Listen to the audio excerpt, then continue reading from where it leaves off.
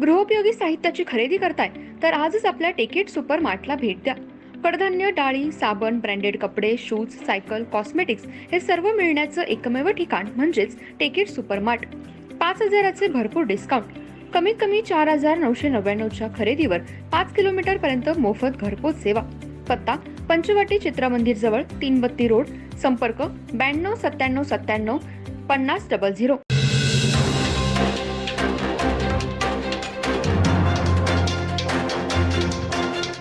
नमस्कार, मी तेजस्विनी मगदूम. एम मराठीमध्ये आपल्या सर्वांचं स्वागत आहे. पाहूया ठळक घडामोडी.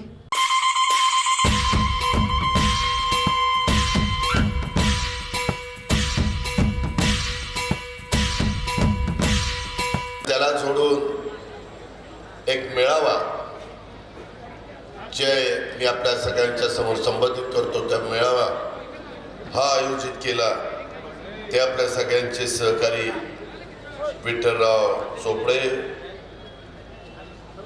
जमलेल्या पत्रकार मित्र, अधिकारी वर्ग, बंधू भगिनींनो आणि माझ्या तरुण मित्रांनो, इचलकरंजी राष्ट्रवादी काँग्रेस पक्षाच्या कार्यालयाच्या उद्घाटनाच्या निमित्तानं आपण सगळेजण इथं आलात, त्याबद्दल मी आपल्या सर्वांचं, सर्व आमच्या सेल प्रमुखांचं, सगळ्या पदाधिकाऱ्यांचं, कार्यकारिणीचं आणि प्रतिष्ठित नागरिकांचं, मायमौलींचं मनापासून स्वागत करतो. मित्रांनो, आपल्या सर्वांचं आराध्य दैवत छत्रपती शिवाजी महाराज, स्वराज्य रक्षक छत्रपती संभाजी महाराज, स्वराज्य जननी जिजाऊ माँसाहेब, छत्रपती राजर्षी शाहू महाराज, क्रांतीसूर्य महात्मा ज्योतिराव फुले, महामानव डॉक्टर बाबासाहेब आंबेडकर, राजमाता पुण्यश्लोक अहिल्यादेवी होळकर, क्रांती ज्योती सावित्रीबाई फुले या तमाम मानवांना, लोकशाहीर अण्णाभाऊ साठे या सर्वांनाच मी अभिवादन करतो. आजचा दिवस हा भगवान पार्थोनाथ यांचा महापरिनिर्वाण दिन आहे. या निमित्तानं मी सुरुवातीला त्यांना वंदन करतो. भगवान पार्श्वनाथांनी दिलेल्या संदेशावर आपण सर्वांनी वाटचाल करूया असं आवाहन देखील मी सर्व उपस्थित असणाऱ्यांना करतो. ऑगस्ट क्रांती दिनाच्या पासून तुमच्या माझ्या भारत देशातल्या तमाम भारतीयांना अभिमान वाटेल अशा पद्धतीनं हर घर तिरंगा, जम्मू काश्मीर पासून कन्याकुमारी पर्यंत सगळ्या उभ्या भारत देशात या अभियानाची सुरुवात आपण केलेली आहे आणि 15 ऑगस्टला आपला स्वातंत्र्य दिनापर्यंत चालणाऱ्या अभियानात विविध कार्यक्रमाचं आयोजन केलेलं. या निमित्तानं मी राष्ट्रवादी काँग्रेस पक्षाच्या सर्व पदाधिकाऱ्यांना, माझ्या महाराष्ट्रातल्या, माझ्या इचलकरंजीच्या सर्व नागरिकांना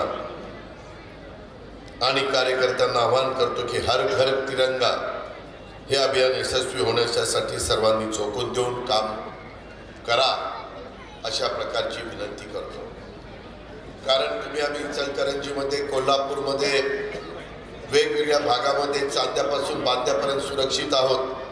त्याचं कारण जवान तुमच्या माझ्याकरता, तुमच्या माझ्या भारत मातेचं रक्षण करण्याच्या करता सीमेवर लढतात आणि आपल्या सगळ्या भारतीयांना हा तिरंगा एक स्फूर्ती देतो, प्रेरणा देतो, एक मोठा इतिहास त्याच्या मागे याची पण आपल्याला सगळ्यांना आठवण आहे. आज मी तर यायचं कारण म्हणजे हे जे कार्यालय उजव्या बाजूला झालेलं आहे, आमच्या विठ्ठलराव चोपड्यांनी अतिशय पुढाकार घेऊन सर्वांगीण विकासाची टिकटिक 24 तास अखंडित अशा पद्धतीचं काम करण्याचा त्यांनी मनोदय त्या ठिकाणी व्यक्त केलेला आहे. हे कार्यालय पक्षाच्या नेत्यांच्यासाठी, पदाधिकाऱ्यांच्यासाठी, कार्यकर्त्यांच्यासाठी एक संवादाचं केंद्र बनावं. या परिसरातील, माझ्या इचलकरंजी परिसरातील येणाऱ्या नागरिक बंधू भगिनींना त्यांची मतं, विचार, तक्रारी, अडचणी, गाऱ्हाणी मांडण्याचं, त्या सोडून घेण्याचं हक्काचं ठिकाण बनावं अशा प्रकारचं विनंती आणि अपेक्षा राष्ट्रवादी काँग्रेस पक्षाचा राष्ट्रीय अध्यक्ष म्हणून मी करीन. मी आपल्या सर्वांच्या साक्षीनं ह्या नवीन राष्ट्रवादी काँग्रेस पक्षाच्या विठ्ठलराव चोपड्यांनी पुढाकार घेऊन उघडलेल्या कार्यालयाचं उद्घाटन झालं असं देखील जाहीर करतो आणि त्यांना मनापासून शुभेच्छा देतो. राष्ट्रवादी काँग्रेस पक्ष 1999 साली 10 जूनला शिवाजी पार्कच्या मैदानावर स्थापन झाला. हे रौप्य महोत्सवी वर्ष, त्यामुळे खऱ्या अर्थाने आपल्याला आपल्या पक्षाने तारुण्यात पदार्पण केलं असं म्हटलं तर चुकीचं ठरणार नाही. त्यामुळं महाराष्ट्राच्या विकासासाठी, जनसामान्यांच्या कल्याणासाठी आपल्या सर्वांना झोकून देऊन काम केलं पाहिजे. महाराष्ट्रातल्या सर्वसामान्य जनतेच्या अडचणी सोडवण्यासाठी आम्ही अनेक चांगल्या योजना गोरगरिबांच्या करता आणतो, मायमाऊलींच्या करता आणतो, युवा युवतींच्या करता आणतो, माझ्या शेतकरी बांधवांच्या करता आणतो. आणि ह्या सगळ्या योजना, हे उपक्रम शेवटच्या माणसापर्यंत, शेवटच्या महिलेपर्यंत पोहोचवण्याचं काम हे महायुतीच्याही कार्यकर्त्यांनी केलं पाहिजे. तसंच राष्ट्रवादी काँग्रेस पक्षाच्याही कार्यकर्त्यांनी ते काम करावं, अशा प्रकारचं आव्हान मी आजच्या सभेच्या निमित्तानं करतो. मला एक गोष्ट इचलकरंजीकरांना सांगायची की महाराष्ट्राच्या इतिहासामध्ये विणकर समाजाचं स्थान मोठं आहे. 2 दिवसापूर्वीच मी येवल्याला होतो. येवल्याची काय परिस्थिती आणि तिथली पैठणी जगाच्या बाजारपेठेत कशी लोकप्रिय झालेली आहे, भारतात कशी लोकप्रिय झालेली आहे, माझ्या मायमाऊली, माझ्या महिलांच्या मध्ये किती लोकप्रिय झालेली आहे, हे पण आपण सगळेजण पाहता. परंतु त्याच्यामध्ये जो कष्ट करणारा आमचा विणकर आहे, जो कष्ट करणारा आमचा कामगार आहे, आपल्या बोटात असणाऱ्या कलेच्या जोरावर विणकर समाजाने महाराष्ट्रात सामाजिक जीवनात आपलं एक वेगळं आगळं अशा प्रकारचं स्थान निर्माण केलेलं आहे. हा समाज माझा कष्टाळू आहे, प्रामाणिक आहे, कलापोषक आहे, कलोपासक आहे. ह्या विणकर समाजासह महाराष्ट्रासह देशाच्या विकासात मोलाचं योगदान आहे. माझ्या इचलकरंजीमध्ये प्रामुख्याने साडी आणि कोष्टी हेच प्रामुख्याने विणकर समाज बांधव आहेत. आणि विणकर समाजाच्या पिढ्यानपिढ्या आपल्या विणकामातल्या कलाकुसरीने साऱ्या जगाला भुरळ पाडण्याचं काम त्यांनी केलेलं आहे. मात्र मागच्या काही वर्षात एक गोष्ट मी मान्य करतो, यांत्रिकीकरणामुळं विणकर समाजाच्या पारंपरिक व्यवसाय थोडासा बाजूला गेला आहे. त्यामुळं विणकर समाजातल्या कलाकारांनी दुसरा पेशा निवडला आहे. प्रामाणिकपणाच्या जोरावर त्या क्षेत्रात सुद्धा त्यांनी आपला वेगळा ठसा उमटवला आहे. ही आनंदाची, समाधानाची, अभिमानाची गोष्ट आहे. परंतु आज माझ्या महाराष्ट्रातल्या यंत्रमागाचं मँचेस्टर म्हणून इचलकरंजीची ओळख आहे. या इचलकरंजीचा वस्त्रोद्योगाला मोठा इतिहास आहे. आणि या भागात कापूस पिकत नसताना देखील गेल्या अनेक वर्षापासून इचलकरंजीमध्ये वस्त्रोद्योग टिकून आहे. वाढी वीज दर, मजुरांचे वाढलेले दर, सुतांचा वाढलेला भाव यासह अनेक अडीअडचणीचे मुद्दे आमच्या वस्त्रोद्योगांच्या समोर आहेत. मात्र त्यातून मार्ग काढून वस्त्रोद्योग विभागाला चालना देण्यासाठी राज्य सरकार यांनी एकात्मिक वस्त्र धोरण 2023 ते 28 आणलेलं आहे. आणि त्याच्यामध्ये साधारण 25,000 कोटी रुपयाची गुंतवणूक आकर्षित करण्याचं आणि महाराष्ट्रामध्ये माझ्या मालेगाव, येवला, इचलकरंजी ज्या भागामध्ये यंत्रमाग आहेत तिथं 5 लाख लोकांना रोजगार निर्माण करण्याचं आमचं लक्ष आहे. आज मला बोलत असताना मगाशी विठ्ठलराव चोपड्यांनी अनेक वेगवेगळ्या प्रकारचे प्रश्न तुमच्या सगळ्यांच्या साक्षीनं इथं मांडले. त्याच्यामध्ये यंत्रमाग वीज बिलाच्या बद्दल त्यांचं म्हणणं आम्ही निर्णय घेतला. परंतु काही बाबतीमध्ये अशी मेघ बसलेली आहे, अशी त्याच्यात अडचण आलेली आहे की त्या वीज बिलाचा फायदा माझ्या विणकरांना होत नाही, यंत्रमाग धारकांना होत नाही. खरं तर मीच अर्थमंत्री असताना हा निर्णय घेतलेला आहे.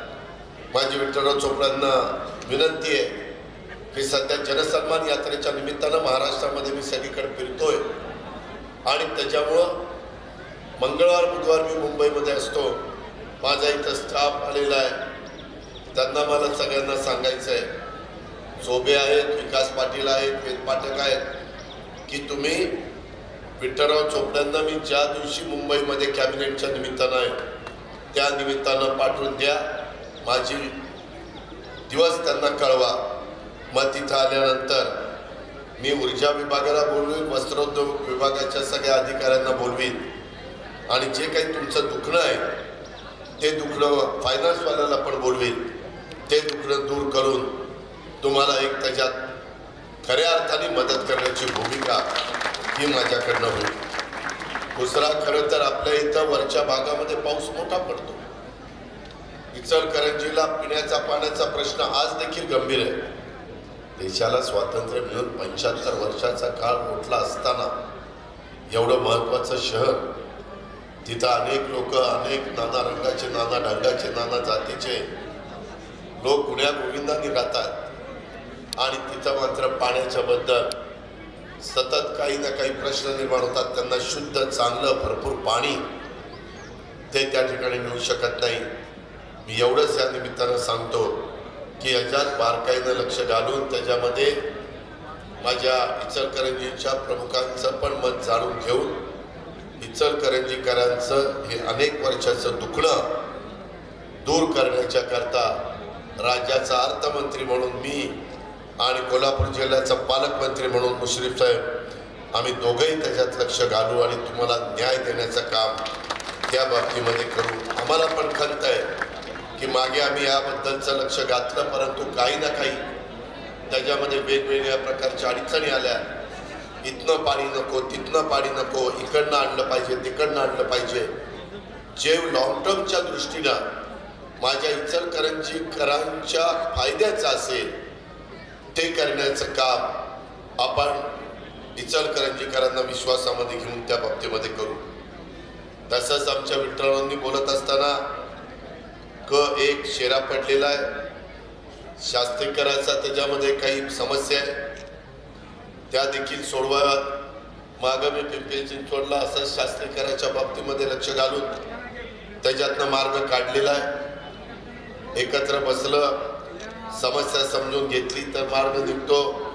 विठ्ठलराव तुम्ही या आठवड्यात येताय त्यावेळेस वीज बिलाचं, पाण्याचं आणि हा जो काही शास्त्रीच्या संदर्भात शेरा पडलेला ह्याबद्दलचं जे काही दुखणं आहे ते पण मला त्या दिवशी सांगा. मी त्या अधिकाऱ्यांना बोलवीन आणि काय नक्की दुखणं आहे, कॅबिनेट पुढे न्यावं लागेल का मंत्र्यांचे सहीपर्यंत काम होईल ही चर्चा करून तिथंही आपण पुढे जाण्याचा प्रयत्न करू. इथलं तुमचं IGM 300 बेडचं हॉस्पिटल, इतकं चांगलं हॉस्पिटल, परंतु तिथं स्टाफ नाही, तिथं चांगले डॉक्टर नाही, त्याच्यामुळे आमच्या लोकांना तिथं उपचार मिळत नाही.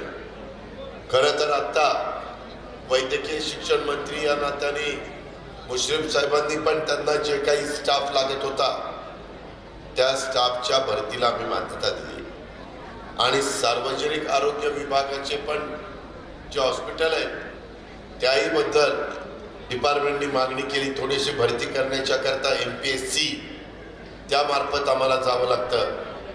जे कायद्याच्या नियमाचं बंधन पाळून आम्हाला निर्णय घ्यावे लागतात.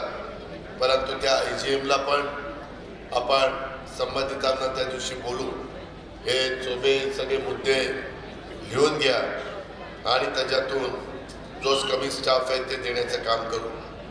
नदी प्रदूषणाचा महत्त्वाचा प्रश्न पंचगंगेचा आहे. काळाओढा प्रदूषण कमी करण्याच्या करता काही तुमचा प्रपोजल आहे. खरं तर सगळीकडे एवढ्या चांगल्या नदे, नाले, ओढे हे चांगले व्हायचे, परंतु नंतर लोकसंख्या वाढली तसं त्याच्यामध्ये पाणी प्रदूषित झालं, ड्रेनेजचं पाणी सोडण्यात आलं. जे प्रदूषण करणाऱ्या इंडस्ट्री आहेत त्यांचं पाणी सोडण्यात आलं आणि त्याचा जबरदस्त फटका नदीच्या काठी असणाऱ्या आमच्या नागरिकांना बसायला लागला आणि त्याच्यामुळे हेही प्रदूषण कमी करण्याची मागणी आणि झोपडपट्टी पुनर्वसनाचं कामच इथं झालेलं नाही. कोणत्याही योजनेमध्ये ते बसवावं. खरं तर अलीकडे इकॉनॉमी विकर सेक्शनच्या करता देखील घरबांधणीचा कार्यक्रम केंद्र सरकारने 3 कोटी घरं बांधून देण्याचा कार्यक्रम जाहीर केलेला आहे. त्याच्यातला काही भाग हा आपण आपल्या भागामध्ये कसा आणता येईल आणि त्याला तुमच्या झोपडपट्टी धारकांना न्याय कसा देता येईल हेही आपण त्या ठिकाणी पाहू. पुरवठा कार्यालय इथं आहे, पण तिथं कार्यालयाबाबत आस्थापना मंजुरी नाही आहे आणि त्यामुळे तिथं काम होत नाही. असे छोटे छोटे दुखणे, मध्यवर्ती प्रशासकीय इमारत, सर्व कार्यालय एकाच इमारतीमध्ये, त्याला आम्ही सेंट्रल बिल्डिंग म्हणतो. राज्यामध्ये अनेक भागामध्ये आम्ही तशा प्रकारच्या सेंट्रल बिल्डिंग तयार केलेल्या आहेत, परंतु आपल्या इथं पण नवी इमारत पाहिजे अशा प्रकारची तुमची मागणी आहे. जागेची उपलब्धता आणि सेंट्रल बिल्डिंग उभं करायची म्हटलं तर जवळपास तिथं आमचं प्रांताचं कार्यालय, तहसीलदारचं कार्यालय, PWDचं कार्यालय, कृषी खात्याचं कार्यालय, जे आमचे वेगवेगळे विभाग आहेत राज्य सरकारचे त्याचे कार्यालय असतात. कालच मी सिन्नरच्या परिसरामध्ये तिथं अतिशय चांगल्या प्रकारे प्रशासकीय इमारतीचं उद्घाटन केलं. महाराष्ट्रात अनेक ठिकाणी आम्ही तशा इमारती उभ्या केल्या, परंतु याहीबद्दल सकाळी मला मी इथं येत असताना भेटलेले होते. आत्ता मी दुपारी पुन्हा तुमचा कार्यक्रम संपून कोल्हापूरला जाणार आहे. तिथं मी जिल्हाधिकारी, मुख्य कार्यकारी अधिकारी, कोल्हापूर महानगरपालिका आयुक्त अशी बैठक लावलेली आहे. त्याच्यामध्ये मी आणि आमचे पालकमंत्री मुश्रीफ साहेब आम्ही दोघंही याबद्दलची माहिती त्या बाबतीमध्ये घेऊ. नाबा घोरपडे स्मारकाबद्दलची मागणी केली. अशा विविध मागण्या आमचे राष्ट्रवादी काँग्रेस पक्षाचे या जिल्ह्याचे, या शहराचे जिल्हाध्यक्ष विठ्ठलराव चोपड्यांनी केलेल्या आहेत. त्याच्यामध्ये एक राष्ट्रवादी काँग्रेस पक्षाचा प्रतिनिधी आणि राज्य सरकारमध्ये देखील काम करणारा एक प्रतिनिधी या नात्याने मी आणि लक्ष घालीलच आणि आमचे पालकमंत्री त्याचा पाठपुरावा करतील याबद्दलची ग्वाही आणि विश्वास मी आपल्या तमाम इचलकरंजीकरांना या निमित्तानं देतो. आणि जे काही वस्त्रोद्योगाचे पण प्रश्न आहेत त्याच्याबद्दल मी अर्थसंकल्पामध्ये भरीव तरतूद केलेली आहे. केंद्र सरकारच्या एकात्मिक आणि शाश्वत वस्त्र धोरण 2023-24 मध्ये farm, fibre, fabric, fashion, foreign export या धोरणाशी सुसंगत अशा प्रकारचं धोरण आपण आणलेलं आहे. आणि राज्यामध्ये उत्पादित कापसावर प्रक्रिया क्षमता येत्या 5 वर्षात 30% 80% वाढवण्याचा आमचा प्रयत्न आहे. अत्याधुनिक पायाभूत सुविधा आणि तांत्रिक प्रगतीला चालना देण्याचं आमचं काम आहे. 5 वर्षात 25,000 कोटी रुपयाची गुंतवणूक आकर्षित करून त्याच्यातनं रोजगार निर्माण करण्याचं आमचं काम आहे. महिला उद्योजकतेला प्रोत्साहन देऊन महिला सशक्तीकरणावर भर देणं आमचं काम आहे. अशा पद्धतीनं राज्यात 6 टेक्निकल टेक्सटाईल पार्कचा विकास करणं आणि कुशल मनुष्यबळासाठी कौशल्य विकासावर क्षमता वाढीवर भर देणं आणि रोजगाराच्या संधी देणं हे सगळी कामं आम्ही करतोय. मला माझ्या मायमाऊलीनं मोठ्या संख्येने आलेल्या त्यांची आमच्याकडनं अपेक्षा वाढलेली आहे. मी तुम्हाला सगळ्यांना माहिती आहे की महाराष्ट्रामध्ये अलीकडं जनसन्मान यात्रा ही सुरू केलेली आहे. कदाचित तुम्हाला प्रश्न पडला असेल की अशा पद्धतीची जनसन्मान यात्रा सुरू करण्यामागचं कारण काय. त्याच्या पाठीमागचं एकच कारण होतं. मी जवळपास 35 वर्ष राज्याच्या राजकारणामध्ये काम करतोय. अनेक अर्थसंकल्प इचलकरंजीकरांना मी सादर केले. मागचा 10वा अर्थसंकल्प मी सादर केला. आर्थिक शिस्त माझी सगळ्या यांना विनंती आहे, मागच्यांना दिसत नाही. तुम्ही आता कॅमेरा लावला बसा ना, नुसतं तिथं उभंच राहून बघितलं पाहिजे आणि तुमच्या पाठी माझ्या लोकांनी बघायच्या का, हात जोडून विनंती माझी.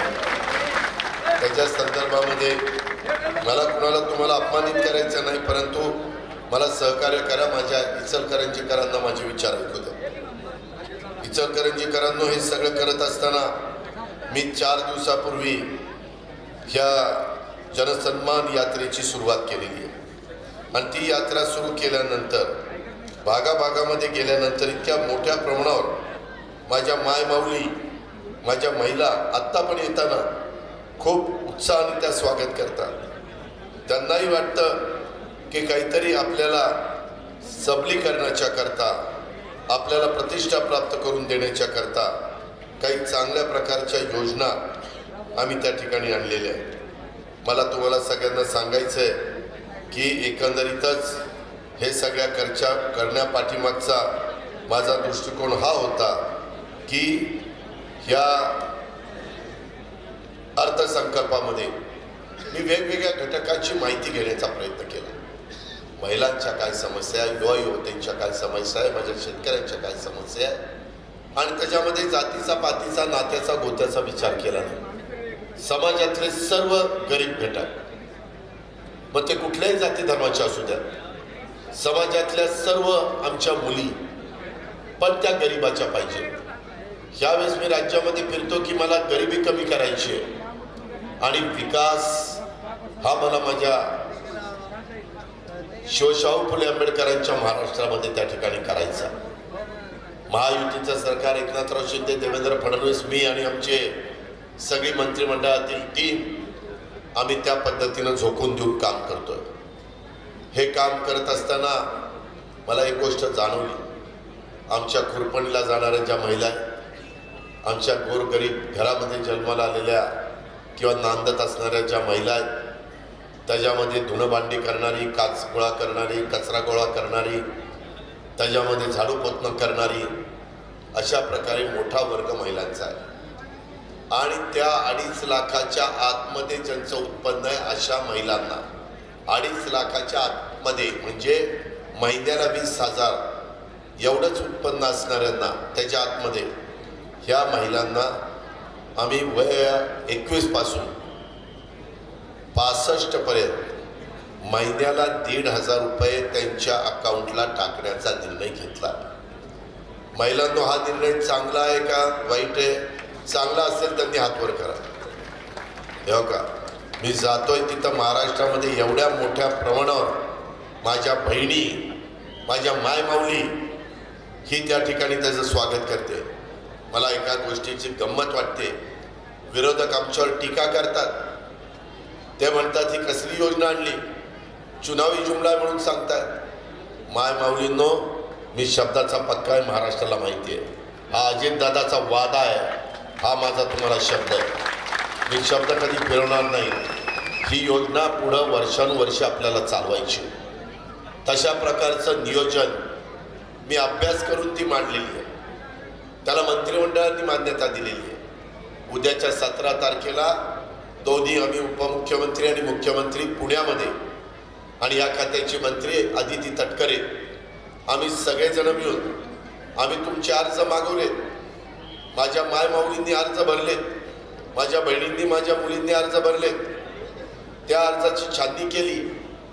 आलेल्या अर्जापैकी जवळपास साधारण 1,30,00,000 अर्ज हे ग्राह्य धरण्यात आलेले. अजूनही अर्ज भरण्याचं चालू ठेवलेलं आहे. जरी माझ्या महाराष्ट्रातल्या इचलकरंजीच्या, कोल्हापूरच्या कुठल्याही भागातल्या मायमाऊली आणि माझ्या भगिनीचा अर्ज राहिला असेल, घाबरू नका. जरी ऑगस्टमध्ये अर्ज भरला तरी देखील तुमच्या अकाउंटला तो ग्राह्य झाला की जुलै आणि ऑगस्टचे दोन्ही महिन्याचे 3,000 रुपये DBTद्वारे तुमच्या खात्यामध्ये हे दिले जाणार. मी कोल्हापूरला यायच्या आधी 4 दिवसापूर्वी मी मुंबई सोडली दौऱ्याच्या करता. अर्थमंत्री म्हणून माझ्याकडे फाईल आलेली होती. 6,000 कोटी रुपये या 2 महिन्याच्या करता वाटपाच्या करता पाहिजेत असं त्या फाईलवर लिहिलेलं होतं. मायमाऊलींनो, त्या फाईलवर सही करताना मला 19 तारखेचं रक्षाबंधन आठवलं. हे आत्ताच माझ्या 2 भगिनींनी मला राखी बांधलेली आहे. भावाच्या नात्याने समोर बसणाऱ्या माझ्या भगिनींना सांगतो की हा भाऊ तुम्हाला कधी वाऱ्यावर सोडणार नाही, हा देखील शब्द मी तुम्हाला देतो. काळजी करू नका. माझी विनंती आहे की हे पैसे तुमच्या अकाउंटला येतील.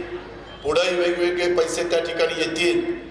त्याच्या संदर्भामध्ये राज्य सरकारच्या आर्थिक क्षमता, स्थूल उत्पन्न, वेगवेगळ्या प्रकारचा कर, मग GSTचा असेल, एक्साईजचा असेल किंवा आमच्या खरेदी विक्रीचा त्या ठिकाणी नोंदणी विभागाचा असेल, या सगळ्याच्या मध्ये आपलं उत्पन्न वाढतंय. जवळपास दरवर्षी तुमच्या माझ्या महाराष्ट्राचं देशामध्ये GSTचं उत्पन्न 30 ते 40 हजार कोटीनं वाढतंय. आपलं बजेट 6.5 लाख कोटीचं आहे आणि त्या 6.5 लाख कोटीमध्ये 3 लाख कोटी मला पेन्शन, पगार आणि त्याच्यामध्ये घेतलेल्या कर्जाचं व्याजाला द्यावे लागतात. बाकीचे पैसे विकासाच्या करता, बाकीचे पैसे त्या ठिकाणी आमच्या वेगवेगळ्या चांगल्या योजनांच्या करता आम्हाला त्या ठिकाणी देता येतात. म्हणून माय माऊलींनो, जरी मागं लोकसभेच्या निवडणुकीच्या निमित्तानं विरोधकांनी फेक नरेटिव्ह सेट करण्याचा प्रयत्न केला, माझ्या मागासवर्गीय समाजाला, माझ्या आदिवासी समाजाला सांगितलं, आप की बार 400 पार. 400 पार कशाला यांना करायचं? यांना संविधान बदलायचं, यांना त्या ठिकाणी कायदा घटनेमध्ये बदल करायचा, आरक्षण काढायचं. आम्ही जीव तोडून महाराष्ट्राला सांगत होतो, हे खोटं बोलतायत, चुकीचं बोलतायत, दिशाभूल करतायत, त्यांच्यावर विश्वास ठेवू नका. परंतु माझ्या महाराष्ट्रातल्या अनेक भागामध्ये हा मतदार राजा आहे. त्यांनी कुणावर विश्वास ठेवावा, कुणावर ठेवू नये, हा तुमचा अधिकार आहे. त्याच्याबद्दल मी विनंती करू शकतो, ह्याच्यापेक्षा जास्त काही करू शकत नाही, पण हात जोडू शकतो. पण मायमाऊली आणि बांधवांनो, ह्या सगळ्याच्या बाबतीमध्ये माझ्या मागासवर्गीय समाजाला वाटायला लागलं की बाबा खरंच आपलं आरक्षण जाईल काय, खरंच संविधानाच्या बद्दल काही निर्णय होईल काय. त्याच्यातनं आदिवासींना पण वाटायला लागलं की आपल्याला याचा फटका बसेल काय. माझ्या अल्पसंख्याक समाजाला वाटायला लागलं, आम्ही एक CAA कायदा केंद्राने केला. तो कशाला केला?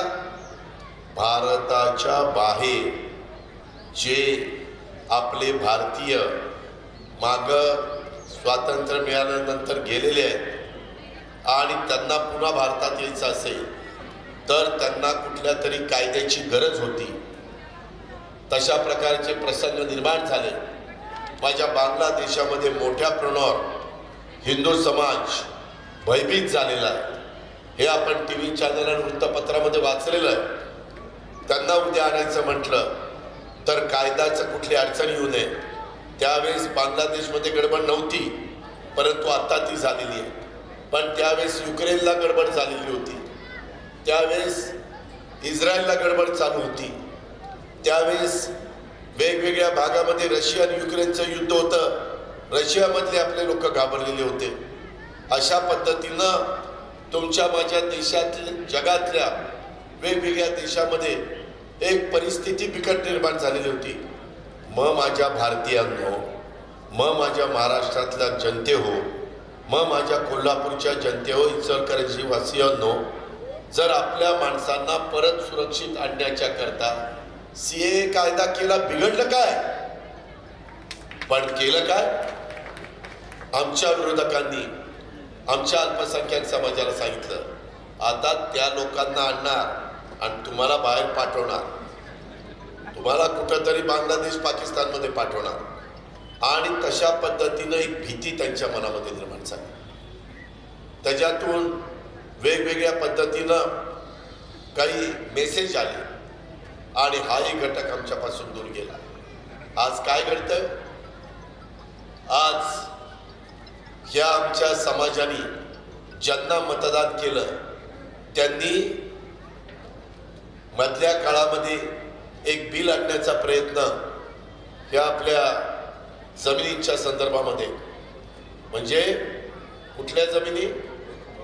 वक्फ बोर्डाच्या, त्याच्याबद्दल काही कायदा आणण्याचा प्रयत्न झाला. त्याच्यामध्ये ते जॉईंट सिलेक्ट कमिटीकडे गेलेले आहे. त्याच्यामध्ये सर्व राजकीय पक्षाचे खासदार, आमदार, राज्यसभा, लोकसभा हे त्याचे मेंबर आहेत. त्याच्यामध्ये चर्चा केली जाणार. उद्याच्याला चर्चा करत असताना कुठल्याही घटकावर अन्याय होऊ नये अशा पद्धतीचं चर्चा तिथं होणार. तिथं नितीश कुमार आहे, तिथं चंद्रबाबू नायडू आहे, तिथं शिंदे साहेबांचे पण खासदार आहे, तिथं त्या ठिकाणी पासवान साहेबांचे खासदार आहे. पण फेक निरेटिव्ह डेव्हलप करायचा. लोकसभेच्या निवडणुकीच्या निमित्तानं देशामध्ये वेगळं चित्र निर्माण झालं, परंतु आपल्या महाराष्ट्रामध्ये आम्हाला फटका बसला. त्याची 2 नावी घेतली आणि म्हणूनच जनसन्मान यात्रेच्या निमित्तानं आम्ही महाराष्ट्रातल्या जनतेला सांगतोय की बाबांनो, आम्ही सगळेजण संविधानाचा आदर करतोय, आम्ही संविधान दिन साजरा करतोय, आम्ही मंत्रिमंडळाचा राष्ट्रपती भवनाच्या समोर शपथविधी झाला त्यावेळेस संविधानाला नमस्कार करून पुढची सगळी कारवाई झाली. NDAची मीटिंग देखील संविधानाला नमस्कार करून झाली.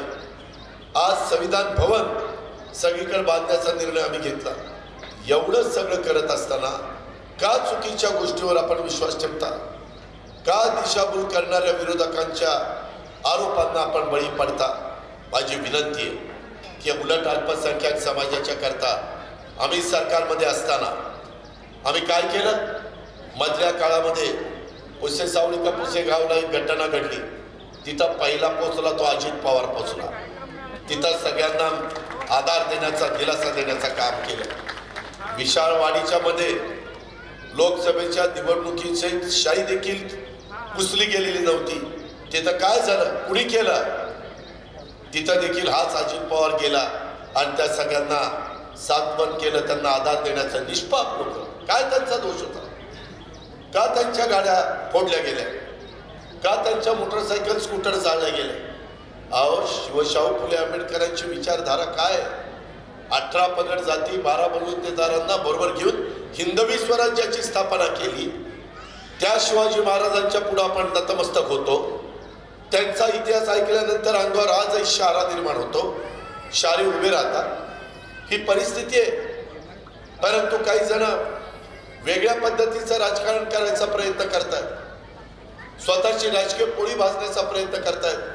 याच माझ्या, जसं आम्ही बहुजन समाजाच्या करता सारथी काढलं, मागासवर्गीय समाजाच्या करता बार्टी काढलं, OBC समाजाच्या करता आम्ही महाज्योती काढलं, आमच्या आदिवासी समाजाच्या करता आम्ही टाटी काढलं. आमचा मातंग समाज आमच्याकडे मागणं करत होता की दादा, सरकार आम्हाला महाराष्ट्र सरकारमधल्या मंत्र्यांना विनंती करायची, मुख्यमंत्र्यांना विनंती करायची की आमच्या करता काही करा. बार्टीचा उपयोग आम्हाला जास्त होत नाही. त्यांच्या करता RT ही संस्था आम्ही काढली. आम्ही काम करणारे आहोत, आम्ही वेळ मारून देणारे नाही. ह्या गोष्टीची आठवण या इचलकरंजीच्या सभेच्या निमित्तानं मला इचलकरंजीकरांना नाही द्यायची आणि महाराष्ट्राला पण द्यायची. इथपर्यंत आम्ही थांबलो नाही. माझ्या अल्पसंख्याक समाजाच्या करता मार्टी अनेक राज्यकर्ते आले, अनेक सरकार झाली, काँग्रेसची सरकार झाली, मतं घेतली काँग्रेसने, परंतु कधी मार्टी ही संस्था काढण्याचा प्रयत्न केला नाही. आता मात्र आम्ही सरकारमध्ये असताना मार्टी काढून दाखवलं. अल्पसंख्याक समाज त्याचा कधी विचार करणार आहे का नाही? त्याच्या संदर्भामध्ये हे जे काही चाललेलं आहे, आम्हालाही वाटतं सर्व धर्म समभाव, सगळ्या जाती धर्माच्या लोकांनी अतिशय गुण्या गोविंदानी या महाराष्ट्रात राहावं, या भारतात राहावं, पण भारतीय म्हणून राहावं. शेवटी आज ऑलिम्पिक चाललेलं आहे. आज आपले खेळाडू तिथं वेगवेगळ्या प्रकारे पारितोषिकं मिळवतात, मेडल मिळवतात. आज दुपारी देखील आम्ही त्या ठिकाणी त्यांच्या आईवडिलांचा सत्कार इथं आयोजित केलेला आहे कोल्हापूरला. ह्या गोष्टी आपण ध्यानात घ्या. तुमच्या माझ्या भागामध्ये देखील तेजस्विनी सावंत, त्याच्या संदर्भात सोबत कितीतरी चांगले चांगले खेळाडू तुमच्या माझ्या कोल्हापूरच्या मातीमध्ये निर्माण होतात. ह्याची आठवण आपण ठेवली पाहिजे आणि त्यांना प्रोत्साहन दिलं पाहिजे.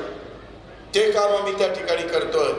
परंतु काही जण दिशाभूल करण्याचं काम करतायत. माझ्या आया बहिणींना, माझ्या माय माऊलींना, माझ्या युवक युवतींना आणि सर्व जाती धर्माच्या माझ्या सहकाऱ्यांना विनंती आहे की बाबांनो, राजकारणाच्या करता राजकारणाच्या पलीकडे जाऊन समाजकारण केलं पाहिजे. मानवांचे विचार ऐकले पाहिजे. त्या रस्त्याने पुढे जाण्याचा प्रयत्न केला पाहिजे. आता आम्ही इतर समाजाच्या मुलींना मोफत शिक्षण नव्हतं, ती खंत आमच्या मनामध्ये होते. मागासवर्गीय समाज, आदिवासी समाज, त्या मुली कुठलंही शिक्षण घेऊ शकतात, त्याचा खर्च सरकार करतं. पण आम्हाला इतर समाजाच्या मुली म्हणल्या, आम्ही गरीब आईवडिलांच्या पोटी जन्माला आलो, परंतु वेगळ्या समाजामध्ये आलो म्हणून आम्हाला शिक्षण घेता येणार नाही. आम्ही इतके दिवस त्यांना 50% फी आम्ही उच्च शिक्षणाच्या करता देत होतो. मी पुन्हा माझ्या फायनान्सच्या लोकांना बोलवलं आणि त्यांना विचारलं की याला किती अधिकचे पैसे लागतील. त्यांनी सांगितलं 1,500 कोटी रुपये अधिकचे लागतील. आम्ही निर्णय घेतला, अर्थसंकल्पात जाहीर केलं, ज्या गरीब घरामध्ये जन्माला आलेल्या मुलीला कॉलेजचं शिक्षण घेण्याच्या करता आई वडिलांच्याकडं पैसे नसले तर 50% दिलेल्या रकमेमध्ये देखील तिला अधिकचे पैसे टाकता येत नसतील आणि ती शिक्षणापासून वंचित राहत असेल तर तिला राहिलेले पण 50% रक्कम राज्य सरकार देईल. अशा प्रकारचा निर्णय आम्ही घेतला. आता त्या गरिबाच्या मुलीनं डॉक्टर व्हावं, इंजिनियर व्हावं, CEO व्हावं, पायलट व्हावं, जे कुठलं शिक्षण तिला घ्यायचं असेल ते तिनं घ्यावं. तिचा खर्च, आई वडील तिचे गरीब आहेत, ती इतर समाजामध्ये जन्माला आलेली आहे म्हणून ह्या महाराष्ट्रामध्ये तिला शिक्षणापासून आम्ही वंचित ठेवणार नाही. अशा प्रकारचा निर्णय ह्या महायुतीच्या सरकारने घेतला आहे.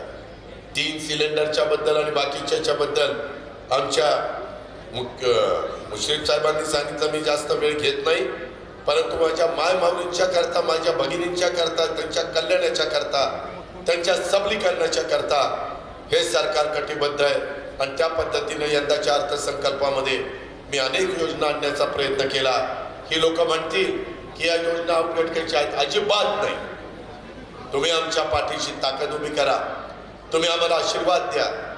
तुम्ही त्या ठिकाणी महायुतीचे उमेदवार, आम्ही घड्याळाचं चिन्ह घेऊन, आम्ही धनुष्यबाणाचं चिन्ह घेऊन, आम्ही त्या ठिकाणी कमळाचं चिन्ह घेऊन जिथं जिथं उभे करू तिथं तुम्ही आम्हाला पाठबळ द्या. खोट्या नाट्या प्रचाराला आपण बळी पडू नका. लेक लाडकी योजना, मुलीचा जन्म झाला आणि ती 18 वर्षाची होईपर्यंत तिला 1,01,000 टप्प्याटप्प्यामध्ये मिळतील. अशा प्रकारची पण लेक लाडकी योजना आम्ही त्या ठिकाणी आणलेली आहे. पीक ई रिक्षा योजना ही 17 शहरामध्ये पहिल्या टप्प्यात 10,000 महिलांना रिक्षा खरेदी करण्याच्या करता आम्ही ते अर्थसहाय्य करतोय. महिलांच्या डोक्यावरचा हंडा उतरवण्याचं काम, लखपती दिदी करण्याचं काम, अशा अनेक शुभमंगल सामुदायिक नोंदणीकृत विवाह योजना करण्याचं काम ह्या आम्ही केल्या, ह्या आम्ही आणल्या. पण त्यामध्ये आता विरोधक म्हणायला लागले, बघा हे फक्त बहिणींनाच देतात, महिलांनाच देतात, भावांचं काय? भावांना देखील 3 हॉर्सपॉवर, 5 हॉर्सपॉवर, 7.5 हॉर्सपॉवरची पंप इलेक्ट्रिक मोटारी, त्याचं वीज बिल आम्ही माफ केलेलं आहे. त्यांनी भरायचं नाही. त्यांनी त्यांची शेतीवाडी करावी. इथून पुढचं वीज बिल भरायचं नाही, मागचं वीज बिल द्यायचं नाही. तुम्ही तुमची शेतीवाडी चांगली करा. हे माझ्या भावंडांच्या करता नाही आम्ही योजना आणली. 15,000 कोटीची जबाबदारी आम्ही उचलली. आपल्या भागामध्ये दूध होतं, गाईच्या दुधाला 5 रुपये लिटर अनुदान देण्याचा निर्णय आम्ही भावांच्या करता नाही घेतला. प्रशिक्षणार्थींच्या करता 6,000, 8,000, 10,000 स्टायपंड देण्याचं काम हे आमच्या भावांच्या करता, बहिणींच्या करता आम्ही नाही केलं. आम्ही आमच्या मुलींच्या करता, मुलांच्या करता हा निर्णय नाही घेतला. ह्या देखील गोष्टी आम्ही केल्या. अशा पद्धतीनं एक सर्वसमावेशक अर्थसंकल्प आम्ही या कालच्या अर्थसंकल्पामध्ये सादर केलेला आहे. मला इचलकरंजीकरांना सांगायचं आहे, आज केंद्रामध्ये जे सरकार आहे त्या सरकारला आम्ही काही हक्काने सांगू शकतो. उद्या कांदा उत्पादकाचा काही प्रश्न असेल, ऊस उत्पादकाचा काही प्रश्न असेल, उद्या केंद्राचा अधिकचा निधी आणण्याचा प्रश्न असेल, तर आमचं विचाराचं सरकार इथं आलं तर आम्ही केंद्रामध्ये जाऊन त्यांना सांगू हे आपल्याला केलं पाहिजे. त्या आंध्र प्रदेशने आणि बिहारने करून दाखवलं, त्यांना निधी मिळाला. आम्ही पण पहिल्या कॅबिनेटमध्ये आपलं पालघरचं वाढवण बंदर साधारण 75,000 कोटी रुपयाचं मंजूर करून घेतलं. कॅबिनेटने मान्यता दिली. केंद्राचा पैसा 10-12 लाख मुला मुलींना तिथं रोजगार मिळणार आहे. इतर पण इंडस्ट्री आणण्याचा आम्ही प्रयत्न करतोय. लवकरच आपल्या महाराष्ट्रामध्ये भागाभागामध्ये आत्ता गडचिरोलीला आम्ही त्या ठिकाणी भूमिपूजन करून आलो. इस्पातच्या संदर्भातला प्लांटचं तिथं लॉइड प्लांट मोठा आलेला आहे. जिंदलचे 2 प्लांट आपल्या महाराष्ट्रात येत आहेत. टोयोटा किर्लोस्करचे प्लांट आपला संभाजीनगरला येत आहे. अशा पद्धतीनं आम्ही इंडस्ट्रीला देखील एक चालना देण्याचं काम केलेलं आहे. अशा खूप काही योजना आम्ही करतोय.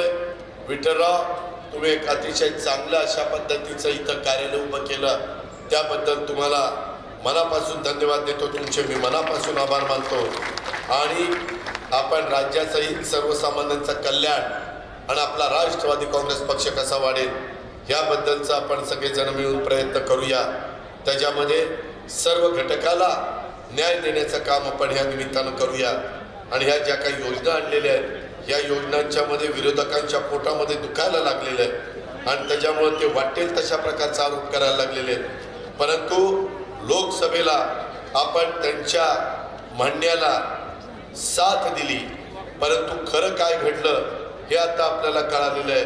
आता मात्र विधानसभेच्या निवडणुकीच्या निमित्तानं आपण महायुतीला साथ द्या आणि आम्ही आणलेल्या चांगल्या चांगल्या योजना पुढेही तुमच्याकरता कायमच्या चालू राहाव्यात अशा प्रकारे आपण त्या ठिकाणी काम करा.